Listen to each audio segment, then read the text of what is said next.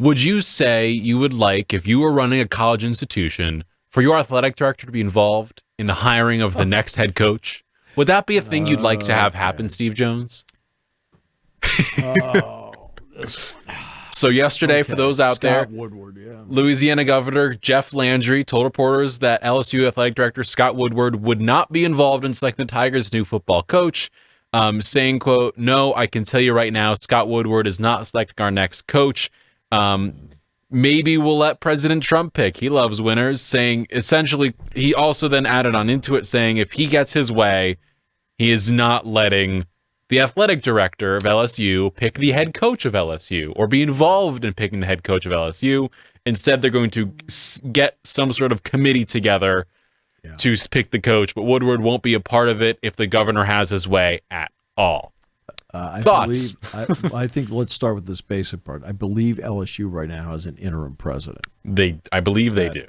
Which means now the Board of Trustees has more power. I don't know what they're called down there, the Board of Regents, trustees, whatever. But their Board of Trustees has, they've always had a lot of, any Board of Trustees has the most power, but at the same time, you let the president run things.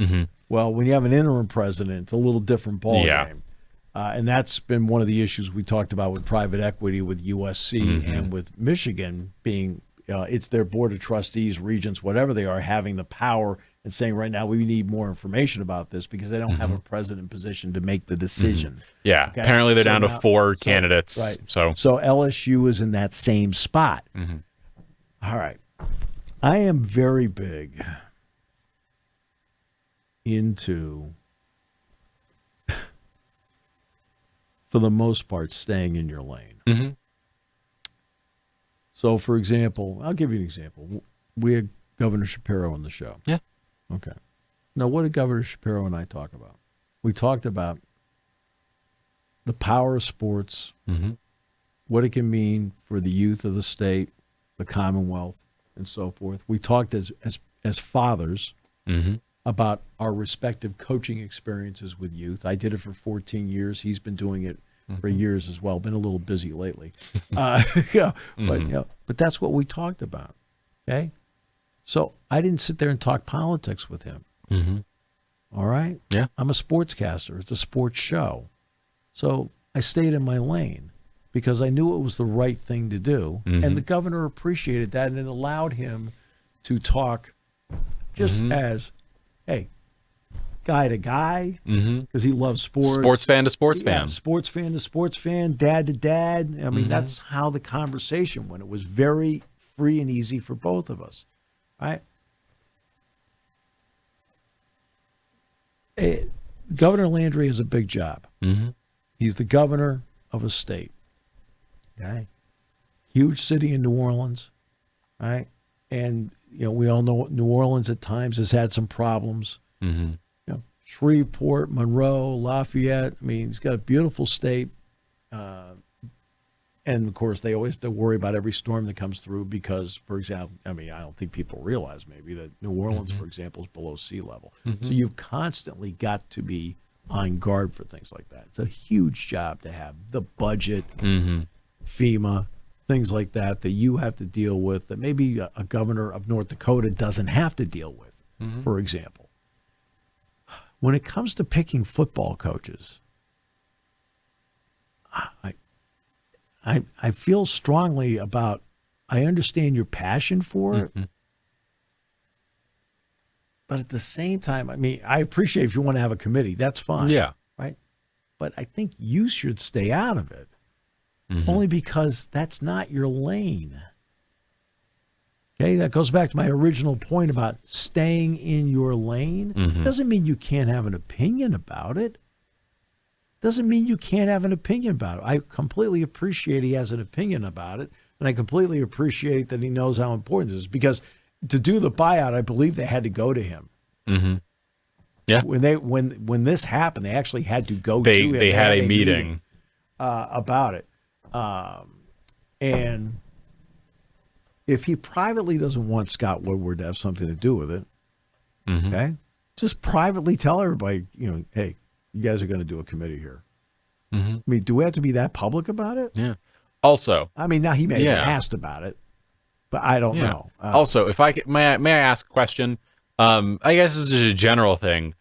If Governor Landry is going around Woodward in this case, very clearly does not like the position. Like, very clearly there is some sort of distaste or whatever for one another. Yeah.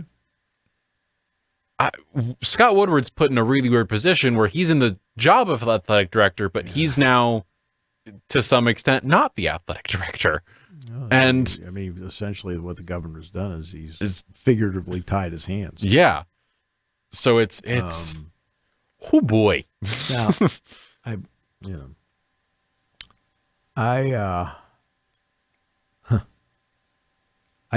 just a big believer in staying in your lane. It doesn't mean that you can't have an opinion about something else. Everybody's entitled to opinions. I have no problem with that. Of course.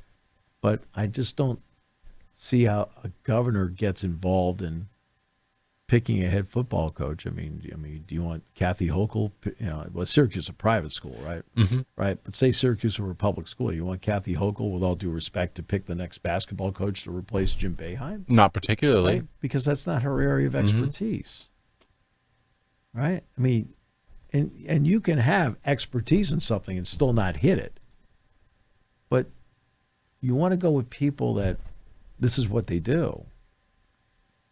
Right? And he's got a budget to take care of. He's got, he has to have budgets and bills and things like that, and deal with crime and big issues, right, along the way. Impasses he has to settle and so forth. I would think picking a football coach has got to be kind of like down the list here a little bit, right?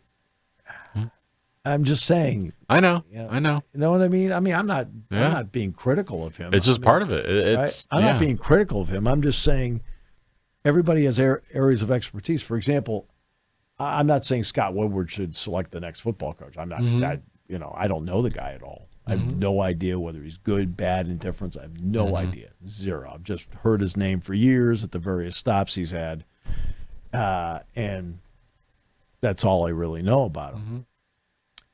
But when it comes to at least sports, whether it's a committee or him, I would think they know more about it than the governor does. Because it would be like asking Scott Woodward to run the state. Well, no, Governor Landry is more qualified to run the state. That's his lane. Yeah. That's what he does for a living. Now, the voters may feel differently. They may feel somebody else is better for the job. I mean, that's why you have elections. But right now, like, I would not ask Brian Kelly to run the state. I wouldn't ask Scott Woodward to run the state. Because that's not the way it goes. And I wouldn't ask Kellen Moore to run the state.